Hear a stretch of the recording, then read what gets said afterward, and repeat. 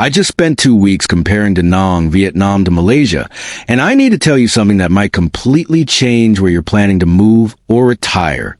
One of these places is going to save you thousands of dollars every year while giving you a better quality of life. And the other one?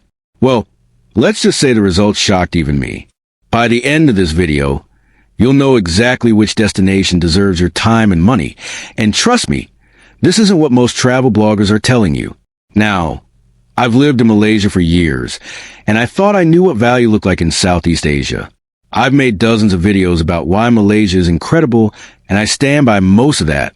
But when I landed in Da Nang and started tracking my actual expenses, comparing infrastructure, testing the food scene, and talking to expats who've lived in both places, I realized we need to have an honest conversation. There's something happening in Da Nang right now that most people are completely missing, and I'm going to break down every single category so you can make the smartest decision for your situation. Let's start with the thing everyone cares about first: your money. In Kuala Lumpur, I was paying about $1,200 a month for a decent 2-bedroom apartment in a good neighborhood. Not amazing, not terrible, just solid. You get security, a pool, maybe a gym. Standard Malaysian condo living. In Da Nang, I found a stunning 2-bedroom apartment literally 2 blocks from my Key Beach, one of the most beautiful beaches in Asia, for $700 a month. Same amenities, arguably better views, and you can hear the ocean from your balcony. That's $500 back in your pocket every single month. And we're just getting started. Food is where things get really interesting. A typical meal at a local restaurant in Malaysia costs you anywhere from $3 to $5 if you're eating at a Mamak or a hawker center. Malaysian food is incredible. Don't get me wrong. Your nasi lemak, your roti canai, your char kway teow, all absolutely delicious. But in Da Nang, you're paying $1.50 to $3 for a full meal at a local Vietnamese spot. I'm talking about fresh banh mi, massive bowls of pho, chow lao, mi quang, stuff that's just as flavorful and often healthier because Vietnamese cuisine uses less oil overall. I tracked every meal for 2 weeks, and in Da Nang I was spending about $200 a month on food eating out twice a day. In KL, that same lifestyle was costing me almost $400. But here's where it gets wild, and this is something I didn't expect at all. Coffee culture. Malaysia has great coffee, especially if you know where to look. Your Capitiums, your hipster cafes in Bangsar, all good stuff. A decent latte in KL runs you about $3 to $4. In Da Nang, the coffee scene is absolutely exploding right now, and you're paying $1.50 to $2.50 for incredible Vietnamese coffee at trendy cafes with better Wi-Fi and ambience than most places in Malaysia. I'm not talking about sidewalk CA Fiesta, though that's amazing too and costs like 50 cents. I'm talking about proper specialty coffee shops where digital nomads are actually working. The value is insane. Transportation is another category where the difference is massive. In Malaysia, if you don't have a car, you're using Grab constantly. A typical 10-minute Grab ride costs you $3 to $5 depending on traffic. In Da Nang, the same distance on a Grab bike costs you maybe $1. And if you rent a motorbike for the month like most expats do, you're paying $40 to $60 total. In Malaysia, monthly car payments or ride-sharing adds up to hundreds of dollars. I spent 15 days in Da Nang, and my total transportation cost was $73, including a motorbike rental. In Malaysia, I can easily spend that in a week just getting around KL. Now, let's talk about something most comparison videos completely ignore: healthcare quality and cost. Malaysia has excellent healthcare. I've been to Gleneagles, Pantai Hospital, Prince Court, all top-tier facilities with internationally trained doctors. A specialist consultation costs you about $40 to $60 without insurance. An MRI might run you $300 to $500. Da Nang has some solid hospitals too. Family medical practice and the newer international clinics are perfectly good for most issues. But here's the honest truth. For serious medical procedures, you're probably going to Bangkok or back home anyway if you're an expat. The cost in Da Nang is slightly cheaper than Malaysia, maybe 20 to 30% less. But the quality gap is noticeable. Malaysia wins this category, hands down.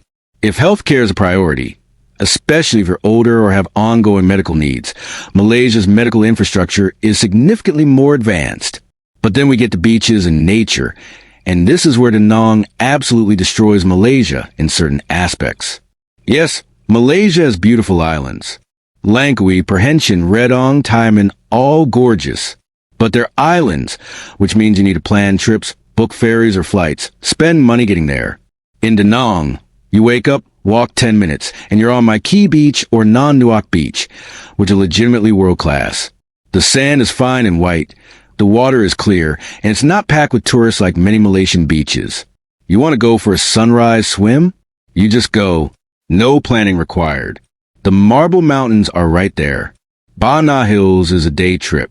The Hai Van Pass, one of the most scenic coastal drives in the world, is 30 minutes away. The concentration of natural beauty within immediate reach is something Malaysia can't match unless you're specifically living in a resort area. Weather is going to be divisive, and I need to be completely honest here, because this could be a deal breaker for some of you.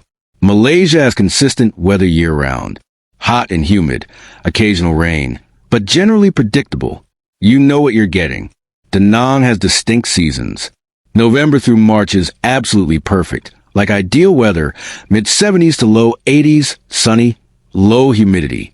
It's why this is peak tourist season. But April through October gets hot and muggy, and September and October have serious rain. I'm not talking about afternoon showers. I mean days of heavy rain, potential flooding, typhoon season. If you need consistent weather and can't handle a real rainy season, Malaysia is objectively better. But if you can plan your life around seasons, those perfect months in Da Nang are better than anything Malaysia offers. The expat community is another factor that matters more than people think. Malaysia, especially KL and Penang, has massive, established expat communities. You've got meetup groups, sports leagues, co-working spaces full of foreigners, international schools for families, the MM2H visa program, even though it's gotten more expensive recently, has brought thousands of long-term expats. Da Nang's expat community is smaller, but growing fast. You'll find it centered around certain neighborhoods and coffee shops.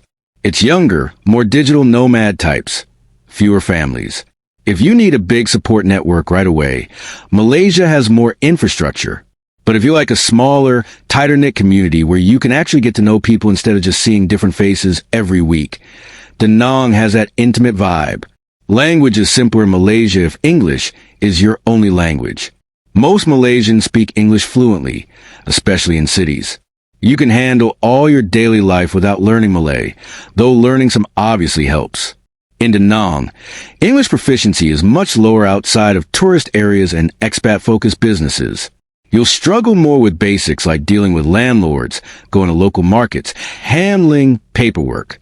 Now, Vietnamese people are incredibly helpful and patient, and you can get by with Google Translate and hand gestures, but there's no denying Malaysia's easier for English speakers. That said, I actually found this forced me to learn more Vietnamese and integrate more deeply, which ended up being rewarding. It depends on your personality. Internet and digital infrastructure is crucial if you're working online. Malaysia has excellent internet. 500 meg fiber connections are standard in most condos. Super reliable, costs about $30 to $40 a month. Da Nang has good internet too, and it's cheaper, maybe $20 to $30 a month, but reliability can be spottier depending on your building and neighborhood. I never had major issues, but I talked to a few digital nomads who had problems with their connections dropping during important calls. Malaysia is more consistently reliable for remote work. If your income depends on perfect internet, Malaysia has the edge, though Da Nang is definitely usable. Food variety is where Malaysia flexes its multicultural strength. You've got Malay, Chinese, Indian, Thai, Indonesian, Western, Japanese, Korean, everything. KL is a food paradise with options for every budget and craving. Da Nang is almost entirely Vietnamese food with some Western restaurants, and a growing number of Korean and Japanese places because of tourism. If you need variety and international options, Malaysia wins easily. But if you genuinely love Vietnamese food and can eat it daily, which I personally can, then Da Nang's focused food culture becomes a strength. The quality of Vietnamese food in Da Nang is better than Vietnamese food in Malaysia, which makes sense because you're at the source. Visa situation is something you absolutely need to consider for long-term planning. Malaysia's visa options have gotten more complicated recently. The MM2H program now requires significantly more financial proof than before, making it harder for average retirees or remote workers. You can do visa runs or get employment passes if you're working for a Malaysian company, but it's not as straightforward as it used to be. Vietnam is currently easier for short-term stays with visa exemptions for many countries up to 45 days, and you can extend or do visa runs fairly easily. But for permanent residency or long-term stability, neither country makes it super simple unless you're investing significant money or getting married to a local. This is honestly a wash. Both have their complications, so you'll need to research your specific passport and situation. Nightlife and entertainment is important if you're younger or social. KL has a massive nightlife scene. Changkat, TREC, Bangsar, all packed with bars, clubs, rooftop lounges. Big international DJs come through. There are comedy shows, theater, concerts, sports events at Bukit Jalil. It's a proper city with everything that comes with that. Da Nang is much more chill. You got some beach bars, a handful of clubs, but it's not a party destination like Bangkok or even Saigon. If nightlife is a priority, Malaysia offers way more. But if you're past that phase or prefer quieter evenings, Da Nang's relaxed vibe is perfect. I found myself reading more, going to bed earlier, waking up for sunrise beach walks. It depends entirely on your lifestyle preference. Safety is excellent in both places, but I'll give you the nuanced truth. Malaysia, especially in bigger cities, has some petty crime. Phone snatching, bag grabbing, occasional break-ins. You need to be aware of your surroundings, especially at night. It's not dangerous, but you can't be careless. Da Nang feels incredibly safe. I walked around at midnight with my phone out, never felt threatened once. Violent crime against foreigners is extremely rare in both places, but Da Nang just has this small city safety feel that's hard to quantify. Women I talked to felt more comfortable walking alone at night in Da Nang than in KL. That said, traffic in Da Nang is more chaotic and legitimately dangerous if you're not used to riding a motorbike. More expats get injured in traffic accidents in Vietnam than from any crime. Shopping and consumer goods availability heavily favors Malaysia. You want something specific, some product from home, a particular brand, electronics, furniture, whatever, you can find it in KL.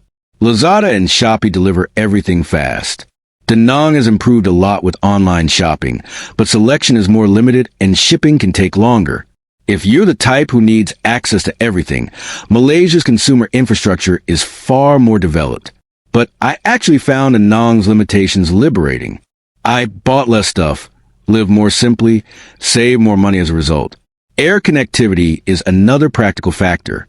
KL is a major hub. You got AirAsia and Malaysia Airlines taking you anywhere in the region cheaply. Direct flights to tons of international destinations. Da Nang's airport is much smaller.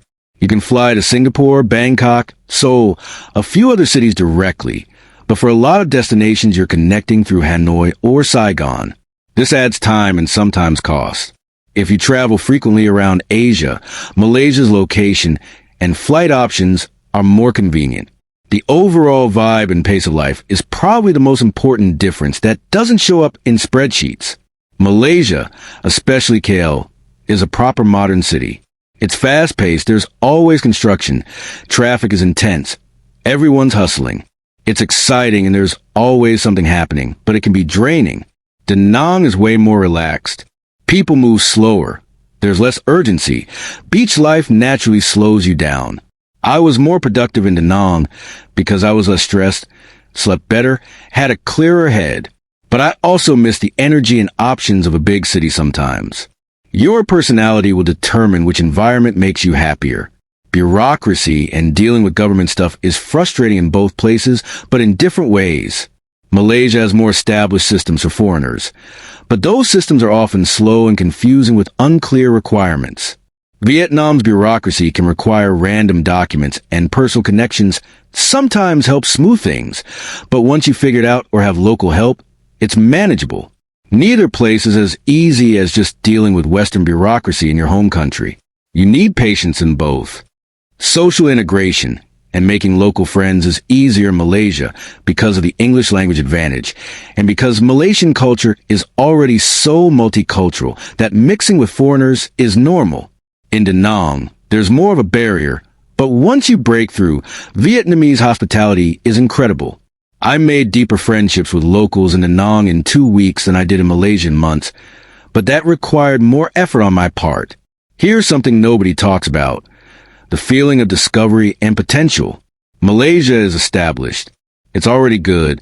It's not really changing dramatically. Da Nang feels like it's on the edge of something.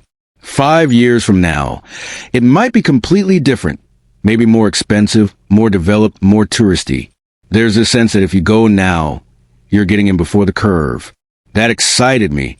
It felt like Chiang Mai must have felt 15 years ago. But that also means less stability and predictability. Let me throw in something that really surprised me about both places. Something I only noticed after spending significant time in each. The relationship with nature and outdoor activities. In Malaysia, especially in KL, you can access nature, but it requires intention. You drive to Bukit Tabor for a hike. You plan a weekend trip to Cameron Highlands. You book time at a beach resort. Nature is there, but it's separated from daily life. In Da Nang, nature is woven into everything. Your commute takes you along the coast. Your evening walk can be on the beach. The mountains are visible from almost everywhere in the city. This constant connection to natural beauty affected my mental health in ways I didn't anticipate. I felt calmer, more grounded, less anxious. Now, some people don't care about this at all. If you're indoors most of the day working and your recreation is urban, restaurants, shopping, social scenes, then this advantage means nothing. But if you're someone who feels better near water and mountains, Da Nang delivers that daily dose without any effort. The dating and social scene deserves its own mention, because I've gotten tons of questions about this. If you're single and looking to meet people, Malaysia offers way more options simply because there are more people. The expat community is larger. There are more social events. More apps actually work with bigger user bases. And the cultural openness to dating foreigners is pretty normalized. Da Nang has a smaller pool, but the people who are there tend to be more adventurous, more intentional about their lifestyle choices. You're meeting people who chose to be in a less obvious destination. That can mean more interesting conversations and connections, but fewer total options. For older singles or people looking for serious relationships, Malaysia's bigger community probably offers better odds. For younger people or those who prefer quality over quantity in their social circle, Da Nang's intimate scene can actually be an advantage. Grocery shopping and cooking at home is another daily reality that affects your experience. Malaysia has incredible supermarkets. Your village grocer, Jaya Grocer, Eon, all stock with international products, good meat, and produce imported goods if you want them. Cooking Western food at home is easy. Da Nang supermarkets are improving, but still more limited. You'll find what you need for Vietnamese cooking and basics, but if you want specific ingredients for your home country's cuisine, you might struggle or pay premium prices at specialty import shops. The local markets in Da Nang are amazing though. Fresh seafood straight from the ocean, incredible produce, super cheap if you're cooking local dishes. I spent less on groceries in Da Nang, but had to adapt my cooking more to what was available. The environmental consciousness and sustainability angle is something younger expats increasingly care about. Malaysia is making progress with recycling programs and some environmental initiatives, but it's still heavily car dependent. Plastic use is high, and development often prioritizes growth over sustainability. Da Nang isn't perfect either, but the smaller scale and bike culture naturally reduces environmental impact. You can live there with a much smaller carbon footprint just by the nature of how you get around and the more localized lifestyle. If this matters to you ethically, it's worth considering. Pet ownership is a real factor if you're traveling with animals. Malaysia is relatively pet-friendly with vets, pet supplies, some pet-friendly housing, though it can be challenging to find rentals that allow pets. Import requirements are strict but manageable. Da Nang is trickier. Fewer rentals allow pets. Veterinary services are more limited. and the import process can be complicated. If you have a dog or a cat, Malaysia is a more practical choice for ensuring your pet's care and housing options. The fitness and wellness scene shows another clear difference. Malaysia has tons of gyms, from budget chains to premium facilities, yoga studios, Muay Thai gyms, CrossFit boxes, running clubs, everything. Monthly gym memberships run $30 to $60 for decent places. Da Nang has some gyms, and the beach obviously provides free workout space, but the variety and quality of fitness facilities favor Malaysia. However, Da Nang's outdoor access means you can swim, run on the beach, cycle coastal roads, and stay active without needing a gym membership. I was in better shape in Da Nang because I naturally moved more, even though I had fewer formal fitness options. Let me address the elephant in the room that some of you are thinking about. Which place is better for raising kids or family life? Malaysia wins this decisively. International schools, family-friendly activities, healthcare for children, parks, and facilities designed for families, all significantly better in Malaysia. Da Nang is doable with kids, and some families love the beach lifestyle, but the infrastructure for expat families is minimal. If you have school-age children, Malaysia offers way more educational options and extracurricular activities. Da Nang is more suited for couples, singles, or remote workers without dependents. The community events and cultural experiences differ dramatically too. Malaysia celebrates so many different cultural festivals because of its diversity. You experience Hari Raya, Chinese New Year, Deepavali, Christmas, all with public celebrations and local participation. There's always something happening. Da Nang's cultural calendar is less diverse, but deeply Vietnamese. Tet is absolutely incredible if you're there for it, but the cultural experiences are more homogeneous. If you're someone who thrives on multicultural exposure, Malaysia feeds that constantly. If you want to deeply understand one culture, Da Nang provides that focused immersion. Let me close all the loops I opened earlier and give you the framework for making this decision yourself. If you prioritize medical infrastructure, established expat support, food variety, reliable internet, shopping options, and nightlife, Malaysia is your answer. It's a safer, more predictable choice with more cushion if things go wrong. If you prioritize pure cost savings, beach access, natural beauty, a slower pace of life, and don't mind smaller inconveniences or language barriers, Da Nang offers better value, and in my opinion, a higher quality of daily life despite having fewer options. For me personally, and this might surprise you given that my whole channel is about Malaysia, I think Da Nang wins for the specific phase of life I'm in right now. I'm healthy, I work online, I don't need a ton of entertainment options, and saving an extra $1,000 a month while living near a beautiful beach is exactly what I want. But 5 years ago, or maybe 5 years from now, Malaysia might be the better fit. The real answer is this. You should probably experience both. Spend a month in each place. Track your actual expenses. Notice how you feel waking up each day. Pay attention to whether you're energized or drained, whether you're exploring or just existing, whether you're making connections or feeling isolated. Your gut will tell you which place fits your life better. And the difference in cost between the two means you can actually afford to test both without breaking the bank. So here's what I want you to do. If this breakdown helped you think more clearly about these two destinations, hit that like button so I know this comparison style is valuable. Drop a comment telling me which place sounds better for your situation and why, because I read every single one, and your input helps me make better videos. And subscribe because I'm doing more honest, detailed comparisons like this across Southeast Asia. No fluff, no sponsored bias, just real experience and actual numbers. The next video is going to break down Penang versus Hoi An, and I think you're going to be just as surprised by those results. I'll see you there.